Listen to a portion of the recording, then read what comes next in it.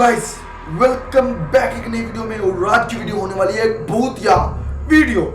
भाई इस वीडियो में भी फटेगी और फट के फ्लावर हो जाएगी, क्योंकि काफी ज्यादा दिनों बाद हम लेके आ चुके हैं वापस एनिमेटेड हॉरर स्टोरी। ठीक है, इस वीडियो में तो फट नहीं तय है। पिंकू भाई मुझसे कह रहा था कि भाई ये वीडियो नहीं बनानी, ये वीडियो कभी नहीं बनाएंगे, बट मैंने पिंकू को फोर्स किया कि भाई आज देखेंगे तो देखेंगे हिंदी हॉरर एनिमेटेड स्टोरी। तो भाई इस वीडियो के लिए भाई हेडफोन लाजमी पहन लेना। और आप, मैं, पिंकू, सब लोग आज डर का सामना करने वाले, वो भी बड़ा ही ज्यादा खतरनाक किस्म का डर। तो बिना किसी तरीके करते हैं वीडियो को शुरू। ओरिजिनल वीडियो का लिंक डिस्क्रिप्शन में मिल जाएगा। और भाई देखते हैं कि आज की वीडियो की डायन हमारी क्या हालत करती है। Let's go. इस कहानी की लेखिका है सोनिया सैनी। कहते हैं डायन अपना बदला 7 जन्म के बाद ये अभी से ही आ गई है। एक बार जो डायन किसी का घर देख ले उसे छोड़ती नहीं। तकरीबन 70 साल पहले की बात है। पहाड़ के भाई डायन अपना बदला 7 जन्म तक नहीं छोड़ती। तो किसी डायन से पटना मत ले लेना, ये ना हो गए वो घर देख ले आपका और घर में घुस घुस के मारे। अब चलता हूँ आगे। ये पता नहीं 70 साल पुरानी बात है यार इतनी। तब तो पाकिस्तान भी नहीं बना था, इंडिया भी नहीं बना था। छोटे से गांव में रहने वाले रंजन को पिछले कई दिनों से कोई काम नहीं मिला था। इसलिए काम की तलाश में वो अपने गांव से काफी दूर निकल आया था। सर्दियों की कोहरे से ढकी शाम थी। हर तरफ कोहरे ने अपनी पहर जमा ली थी, जिसकी वजह से रंजन उन पथरीली रास्तों में भटक गया था। तभी उसने देखा कि पीपल के घने पेड़ के नीचे एक बाबा बैठे हुए चिल्लम फूंक रहे हैं। उस रात के साए साए करते सन्नाटे में किसी इंसान को देखकर रंजन की कुछ हिम्मत बढ़ी और वो जाकर बाबा के पास बैठ गया। कहाँ वीरानों में भटक रहा है बच्चा? इधर का तो नहीं लगता। मैं 7 कोस दूर डिबरी गांव से काम की तलाश में निकला था। काम तो नहीं मिला, लेकिन लौटते हुए अंधेरा हो गया तो पहाड़ों में रास्ता भी भटक गया। अब ना आगे का कुछ समझ आता है ना पीछे का। ऊपर से ये ठंड खून जमा रही है और डर और घबराहट से दिमाग काम नहीं कर रहा है बाबा। पहाड़ों में ऐसे दिन ढले वीरान रास्तों पर निकलना ठीक नहीं होता। तू ये जो नहर के साथ वाली पगडंडी है उसे पकड़ कर निकल जा। आगे एक गांव पड़ेगा, वहां जाकर मदद मांग लेना। और हाँ, अब रास्ते में रुककर इधर उधर मत देखना। रंजन को बाबा की बातें जो यकीन मानो मेरे पसीने छूट गए हैं। और भाई के आगे डर का लेवल ठीक है ऊपर था फुल। और बाबा जी की वार्निंग सुन के भाई इसकी फट गई है। ठीक है, फुल फट गई है। बाबा वार्निंग ऐसे तरीके से दी है कि भाई रात ढले पहाड़ों में नहीं घूमना चाहिए। और रास्ता बता दिया बाबा ने कि इस रास्ते चुपचाप निकल ले। ठीक है, दाएं बाएं ऊपर नहीं, आगे पीछे मत देखियो, ये ना होगा कोई तुझे देख ले और छोड़े ना। चलता हूँ आगे। और उनकी वेशभूषा बहुत रहस्यमयी सी लग रही थी। हाँ बिल्कुल, मैंने कहा बाबा के सर से लटकती लंबी जटाएं उनकी मुंह को ढके हुए थी। हाड़ कपाती ठंड में उनके शरीर पर नाम मात्र के कपड़े थे। बिल्कुल भाई। और आंखों में इतनी सुर्खी थी कि देखकर कोई भी डर जाए। ठंड से परेशान है बच्चा? ये ले 2 कश भर ले, थोड़ी राहत मिल जाएगी। रंजन पहले से ही बहुत घबराया हुआ था। इस समय उसे बाबा की कही बातों को मानने के अलावा कोई और चारा नजर नहीं आ रहा था। थोड़ा सब कुछ आते हुए उसने हाथ आगे बढ़ाया और चिल्लम बाबा के हाथों से लेकर 2 गहरे कश खींच लिए। अपनी बात कहने के बाद बाबा फिर से सर झुकाकर अपने चिल्लम सूखने में व्यस्त हो गए। रंजन कुछ पल वहीं खड़ा रहा।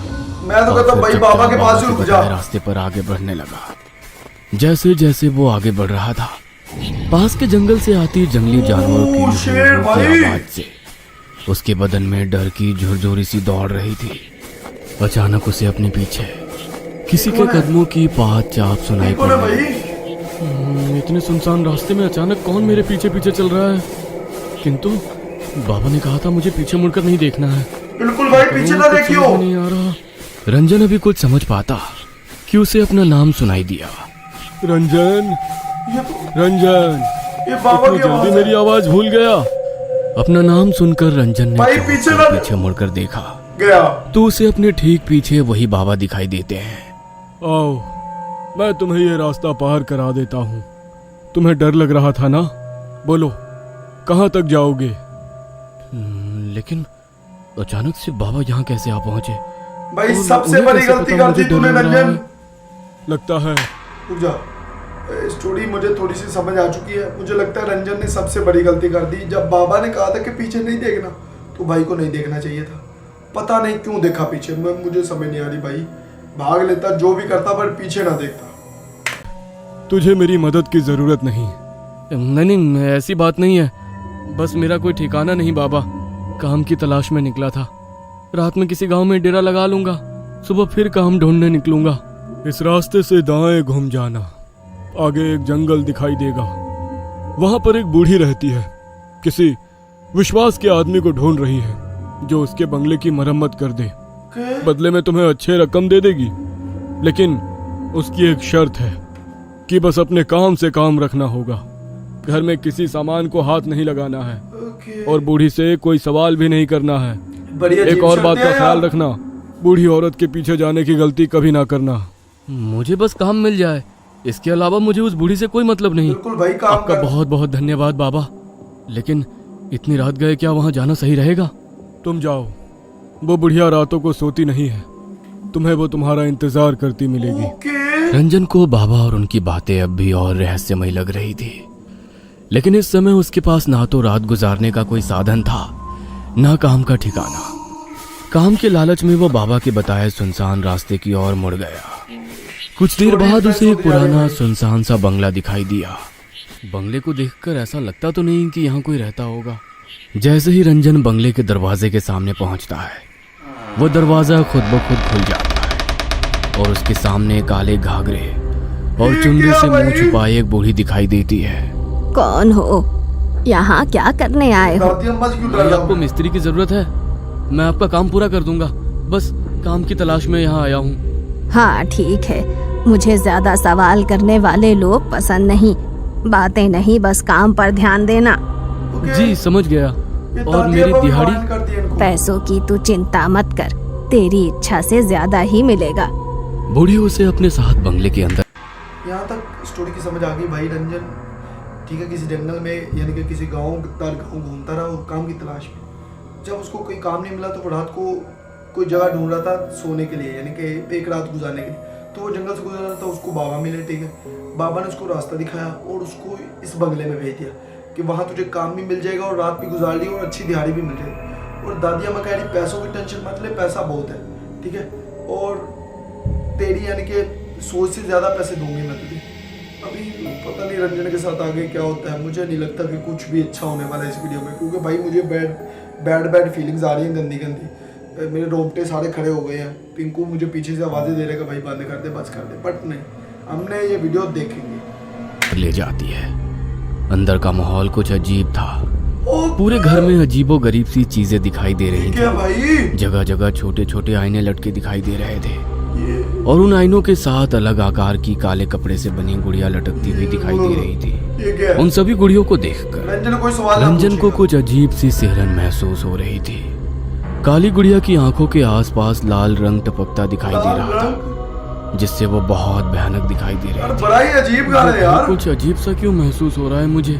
इतने अजीबो गरीब सामान, लेकिन बुढ़िया ने कहा है कि कोई सवाल नहीं करना है, इसलिए अपने मन की शंका मन ही में दबाए रंजन बंगले के ये उस बुढ़िया भाग कोई में आम पहुंच बुढ़िया नहीं जाता लग रही है, मुझे। जहां पर उसे मरम्मत का काम करना था। बुढ़िया ने उसे रात में ठहरने को एक कमरा दिखा दिया और अगले ही दिन से काम शुरू करवा दिया। इस आंगन को खोद कर यहाँ पर एक पक्का कुआं बनाना है। कर पाओगे? मेहनत का काम है। और हाँ, इसके आसपास चारों ओर दीवार बनाकर घेरा भी करना है। रंजन खुशी खुशी काम करने के लिए तैयार हो गया था। दिन भर बिना मुंह से चू की भी आवाज किए वो अपने काम में लगा रहता। भाई दिन को इतना बदले में डर लग रहा बुढ़िया है, उसे मुझे लगता है। दुगनी मजदूरी और दोनों टाइम का खाना खिला देती। एक सप्ताह के बाद काम पूरा हो गया। ये ले तेरा हिसाब। डिमरी गांव से आया है ना तू? हाँ, डिमरी से ही आया हूँ, लेकिन आपको कैसे पता? रंजन की बात सुनकर बुढ़िया ने गुस्से से उसकी ओर देखा। बोला था ना कोई सवाल नहीं। सुन, मेरा एक काम करेगा। तेरे गांव में एक आदमी रहता है, सज्जन सिंह। ओके। जानता है उसे? नहीं, जानता तो नहीं हूँ, लेकिन उसकी गांव में एक बड़ी दुकान है, इसलिए नाम सुना है उसका। मेरा दूर का रिश्तेदार है। उस तक कुछ सामान पहुंचाना है। तुझे इस काम के बदले मैं थोड़े पैसे और दे दूंगी, करेगा ना? रंजन खुशी खुशी बुढ़िया का सामान पड़ोस के गांव तक पहुंचाने को तैयार हो ये जाता बुढ़िया है। काम पे काम दी जा रही है बस। बुढ़िया ने एक काम पोटली की- बांधकर उसे यानी कि कोई मकसद समझ नहीं आ रहा कि इसने कुआं क्यों बनवाया, और इसके घर में यार पुतले पड़े हुए हैं, गुड़िया पड़ी हुई है, लटके हुए हैं सब कुछ, यानी कि ऐसे जैसे काले जादू वाला माहौल बना हुआ है। यार ये बुढ़िया ठीक नहीं लग रही मुझे। और ऊपर से भाई कहती कोई सवाल नहीं पूछता मुझसे, ये बुढ़िया नहीं लग रही, ये कुछ हो रही है भाई। मैं क्यों डर रहा हूँ भाई? बुढ़िया कौन सा स्क्रीन से बाहर आ जाएगी? नहीं, कुछ नहीं होगा, कुछ नहीं होगा भाई। अभी इसको एक और काम मिल चुका है, पहली दिहाड़ी मिल गई है। अब इसको एक और काम है। सज्जन सिंह इसके गांव में रहता है, डिबरी गांव में। इसको वहां जाना है और उसके यहाँ सामान पहुंचाना है जो बुढ़िया देगी।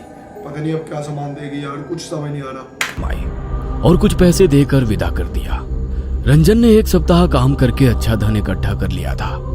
पोटली लेकर वो सज्जन सिंह के घर पहुंच जाता है। जी, क्या आप ही सज्जन सिंह हो?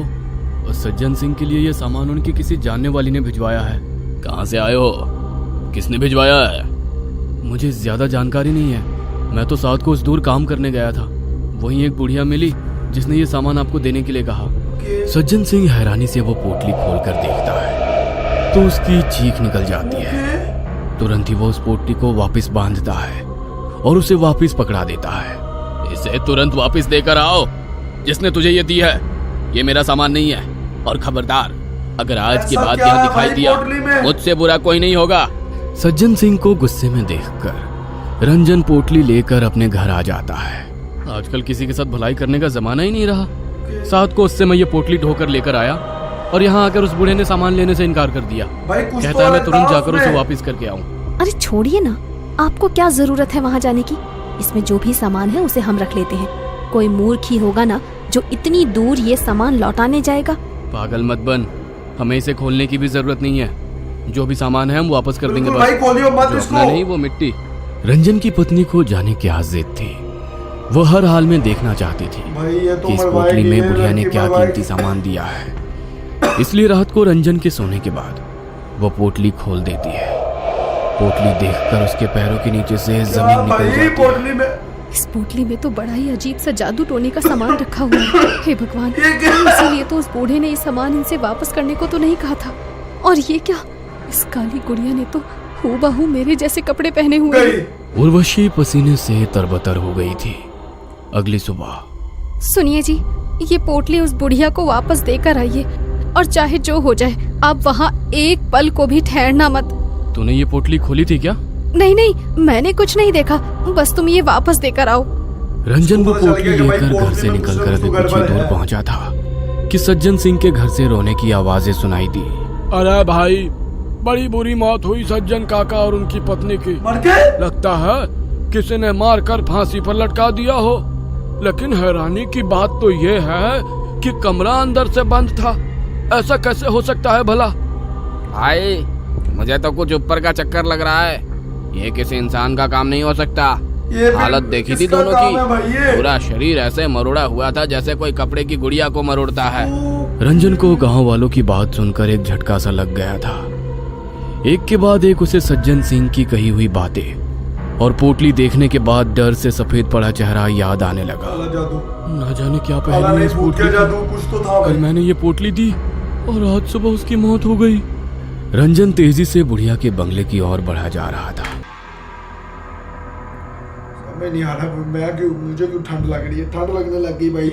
ठीक है, स्टोरी जो सुन रहा है ना ध्यान से, यकीन मानो उसको सारी समझ आएगी इसकी, इसमें हो क्या रहा है भाई। पोटली में कुछ ना क्या वो गलत ही सामान था भाई। गुड़िया थी, ठीक है, काले जादू का सामान था, भूतिया जादू, ठीक है। रात को रंजन उसको देके गया, दिखाया उसको सज्जन सिंह को पोटली में क्या था। और सुबह पोटली यानी कि पोटली सुबह ये वापस करने जा रहे हैं। और भाई रातों रात वो दोनों की मौत होगी, सज्जन सिंह की भी और सज्जन सिंह की बेबी की भी। दोनों को लटका दिया गया फांसी पे। और सारे कहने ऐसा हाथ पांव मरोड़े तरोड़े पड़े हैं उनके भाई। और पोटली इसकी बीवी ने भी देख ली है। अब पता नहीं क्या होता भाई। अब ये पोटली बुढ़िया को वापस करने जा रहा है। मुझे नहीं समझ आ रही क्या होगा भाई आगे। आज जब वो बंगले के सामने पहुंचा तो पाया बंगले के दरवाजे पर एक ताला लटक रहा है और बंगला भी उसे कुछ ज्यादा ही सुनसान सा नजर आया। रंजन अब इस बंगले और बुढ़िया का सच जानना चाहता था, इसलिए वो ताला तोड़कर उसके अंदर घुस जाता है। अंदर का नजारा देखकर उसकी आंखें आश्चर्य से फैल गई थी। बुढ़िया के कमरे में 3 नई काली गुड़िया लटकी हुई थी और उसमें से एक गुड़िया के कपड़े उसे कुछ जाने पहचाने नजर आ रहे थे। रंजन घबराकर उस बंगले से निकलकर बाहर सड़क की ओर आ जाता है। भाई कुछ पता है ये बुढ़िया कब तक लौट कर आएगी?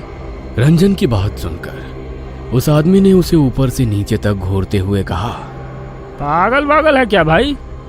ऐसा क्यों कह रहे हो भैया? क्योंकि यहाँ कोई नहीं रहता। 50 साल से लटका है ये ताला। और हाँ, भूत बंगला है ये।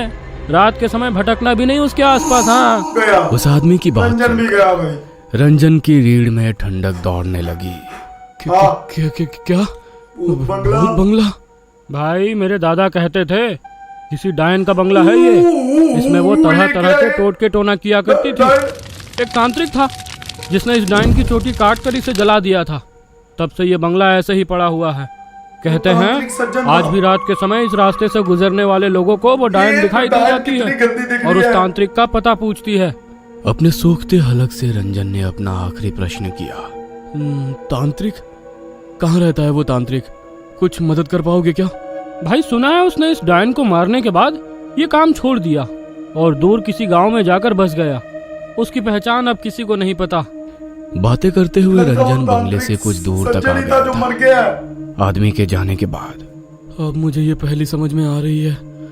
जरूर सज्जन सिंह वही तांत्रिक है जिसे वो बरसों से ढूंढ रही थी और उसे मारने के लिए उसने मुझसे इस पोटली में जरूर कोई तंत्र का सामान भिजवाया था जिसने सज्जन सिंह और उनकी पत्नी की जान ले ली। लेकिन अब मैं इस पोटली का क्या करूं? रंजन कांपते हाथों से उस पोटली को उठाकर जंगल की ओर फेंककर अपने गांव लौट आता है। गांव आने के बाद उसने अपने घर का दरवाजा खोला तो उसे उसकी पत्नी भी सज्जन सिंह की तरह रहस्यमयी हालत में फंदे से लटकी हुई दिखाई देती है। पत्नी के जाने से रंजन पूरी तरह टूट गया था। वो हर पल खुद को ही उर्वशी की मौत का जिम्मेदार मान रहा था। आधी रात का समय था। रोते रोते शायद रंजन की आंख लग गई थी। तभी उसे अपने दरवाजे पर दस्तक सुनाई देती है। रंजन दरवाजा खोलता है तो उसके सामने फिर से वही मजबूत पोटली रखी दिखाई देती है। डर से रंजन पसीना पसीना हो रहा था। घबराकर वो इधर उधर देखता है।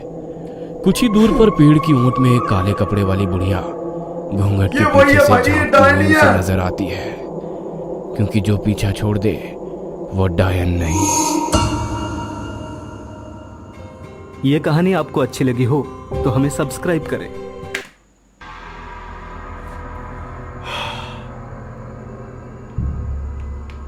जो पीछा छोड़ दे वो डायन नहीं होती, यानी कि डायन पीछा नहीं छोड़ती भाई।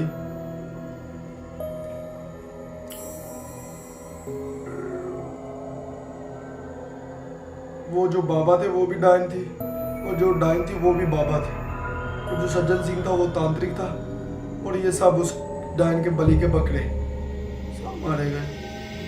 बचना इसमें भी नहीं है, सब मारे गए। और वो काले जादू वाली पोटली मैंने भी देख ली है। मतलब कल वीडियो नहीं आएगी चैनल पे, पिंकू बचा ली हो यार। तो गाइस आज की वीडियो पसंद है देखो भाई, पीछा छोड़ दो वो डायन। Bye bye guys.